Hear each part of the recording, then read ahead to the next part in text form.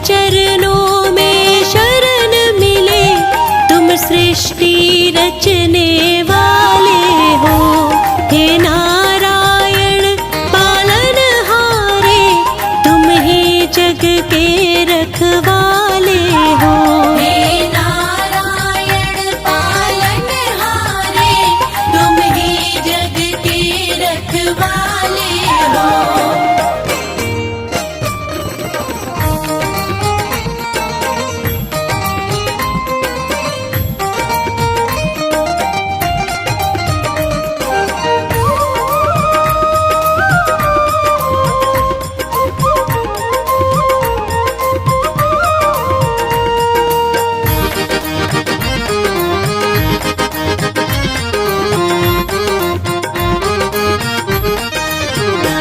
जब लोप धर्म की धरा हुई, तुम ही आए अवतार लिए।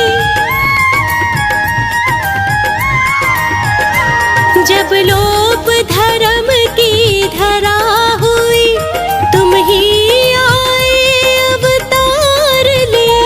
साधु संतों की रक्षा कर तुम दुष्टों का संहार किए।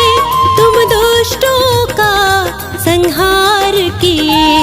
कातर बोली सुन कर आते, सारे देवों में निराले हो।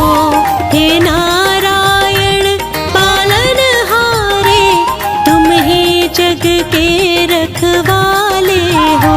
हे नारायण पालनहारे, तुम ही जग के रखवाले हो।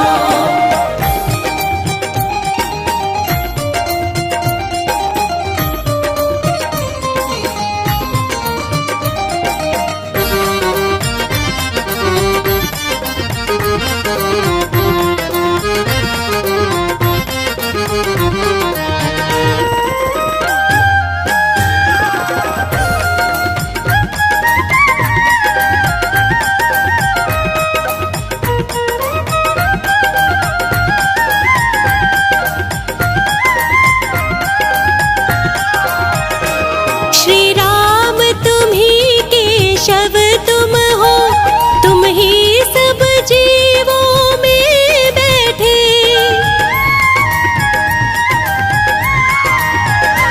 श्री राम तुम ही केशव तुम हो, तुम ही सब जीवों में बैठे।